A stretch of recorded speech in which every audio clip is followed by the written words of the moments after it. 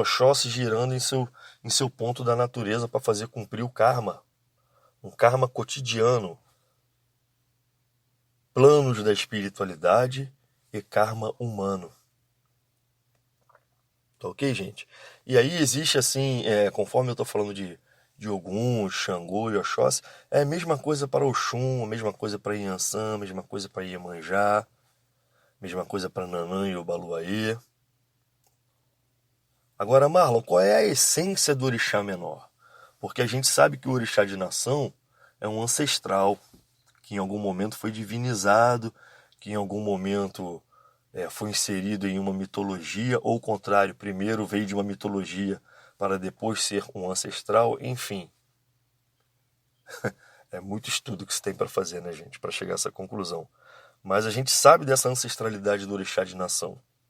Enquanto que o orixá maior nunca foi uma pessoa, o orixá maior é uma faixa vibracional. Então qual é a essência, Marlon, do orixá menor?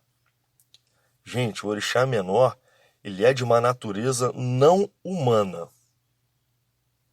Mas eu, Marlon, tenho a humildade de dizer para vocês que por mais que eu já tenha lido e estudado, eu nunca consegui entender 100% a origem de um orixá menor.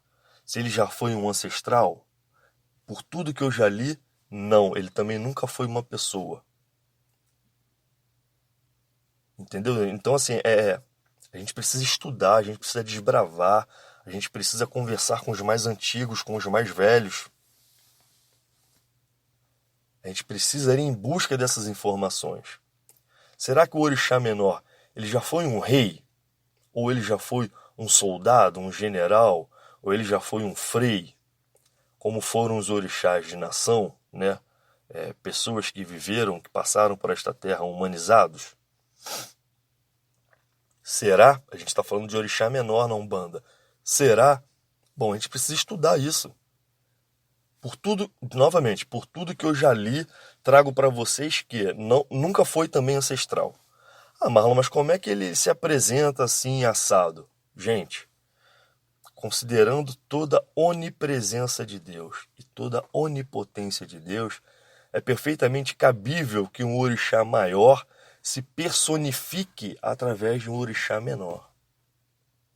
Faz sentido? Faz. Para pensar. Deus não é Senhor de todos os poderes, de todas as forças, não está presente em todos os locais ao mesmo tempo? Então, qual é o problema de você? Ah, mas eu já vi Ogum, eu já vi Oxóssi. Sim, você viu o orixá menor. Será que é o orixá maior personificado? Por tudo que eu já li, sim, essa é a definição que eu tenho hoje de orixá menor. Ou seja, a personificação de Deus, a personificação do orixá maior. Ah, Marlon, mas eu vi um Ogum, era um soldado, tava de farda, tava uniformizado, tinha uma lança. Ok, você viu Ogum realmente, você viu um orixá menor, personificação do orixá maior. Provavelmente é o seu pai de cabeça, é o orixá que vibra na sua coroa, no seu chakra principal. Entendeu, minha gente? Assim, as coisas têm explicações, porém, eu trago para o papo de Umbanda, isso, é preciso estudar mais o orixá menor, a sua essência, quanto à sua essência, não é isso? E estudar também quanto o que vibra cada qualidade dessa de orixá que eu falei, de Ogum, Xangô, de Oxóssi, né? Oxum, nós temos Oxum Apará, ou Oxum Opará, né? Isso que é um nome trazido de nação. Tá ok? Em Inhansã nós temos a Inhansã de Balé, Inhansã Egunitá, que também são duas qualidades de Inhansã trazida de nação, Inhansã de Balé e Inhansã Egunitá. Todas as duas são qualidades de Inhansã em nação, em candomblé, mas que também se vê cultuados como orixá menor na Umbanda. É proibido, gente? De novo, não. É errado? Não. O que se tem que fazer é estudar e tentar entender. Agora, novamente, cuidado com a questão cultural. Inhansã de Balé e Inhansã Egunitá podem sim ser orixá menor na Umbanda, podem trazer esse nome. Mas a cor dessas inhansãs na Umbanda é amarelo. Em algumas outras poucas casas, coral.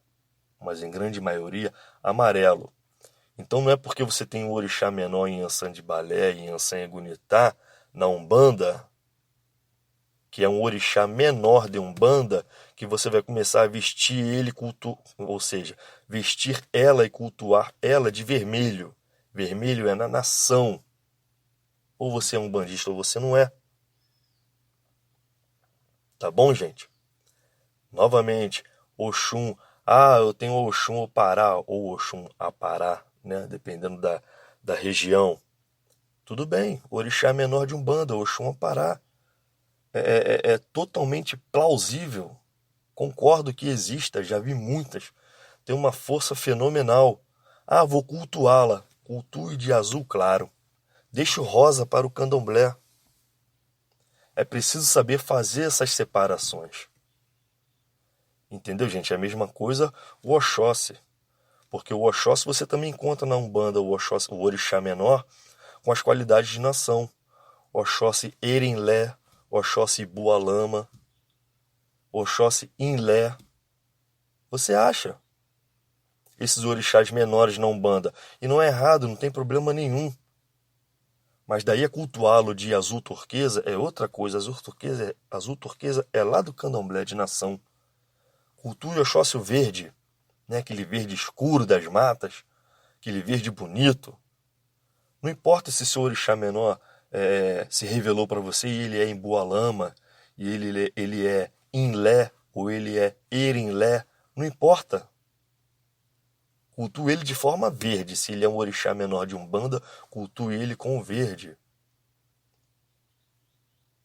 Tá ok, gente? Ah, eu tenho Xangô Agodô não branca, eu vou cultuar ele de vermelho e branco. Negativo, o Xangô de Umbanda é marrom. Entendeu, gente? Os orixás menores podem se revelar, se apresentar com nomes de orixá de nação. Não tem problema nenhum nisso, é porque tá ligado com a essência dele, né? Xangô era o Xangô do fogo, Xangô muito próximo de Oxalá na mitologia do Candomblé, né?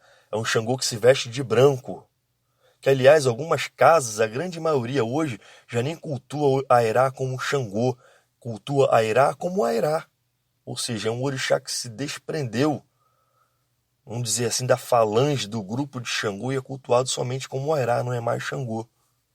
Mas a grande maioria das casas ainda o cultua como Xangô Airá. Então no candomblé se veste de branco, aí você vai trazer o branco de Xangô para Umbanda, ou o vermelho branco, que é a cor padrão de Xangô no candomblé, para Umbanda. Não, gente, Umbanda é marrom. Não é porque ele se revelou com o nome da qualidade lá de nação que você tem que cultuar ele como nação, não tem nada a ver. Umbanda é Umbanda, nação é nação. Tá ok, gente? Bom, então assim, o papo de Umbanda hoje foi sobre o orixá menor, que são as qualidades das outras vibrações do orixá principal, do orixá maior, e que se personificam e se apresentam e incorporam em seus médiuns. Esses sim, esses incorporam em seus médiuns. Ah, Marlon, uma dúvida, o orixá maior não pode de maneira nenhuma incorporar no médium? Não. Incorporar, não. Ele pode se manifestar, que é o que acontece muito com os médiuns ainda em desenvolvimento, né? Aquela tonteira, aquela rodada para lá e para cá, ficar rodando para lá e para cá, aquela tonteira, gestos, vamos dizer assim, sem coordenação, né? Movimentos muito bruscos, muito violentos, gritos muito violentos, muito fortes, muito alto. Isso é uma manifestação do orixá maior, preparando o médium para que seja possível, dali para frente, incorporar o orixá menor. Ah, então o orixá maior é possível se manifestar no médium? Sim. Se manifestar? Sim. O que o médium recebe é uma fagulha do orixá maior e ele se manifesta. E aí ele faz todo aquele rodopio, aqueles gritos, aqueles gestos, né, aqueles movimentos bruscos. Isso é uma fagulha do orixá maior, preparando o seu médium para o orixá menor. E aí, conforme as giras vão passando, o tempo vai passando, o médium vai ficando mais maduro, não é isso? E aí ele começa a entender a vibração e a incorporação do seu orixá menor, até que um dia seu orixá menor se apresenta para ele, geralmente em sonho, né? Geralmente é em desdobramento ou em sonho, que o médium fica sabendo quem é o orixá menor dele, pai de cabeça. E assim acontece também com a mãe, não é isso? Bom, gente, deixo aqui uma sugestão. Vamos estudar mais quanto à essência do orixá menor. A gente vai encontrar muita coisa. Não deixe de utilizar o bom senso, a racionalidade.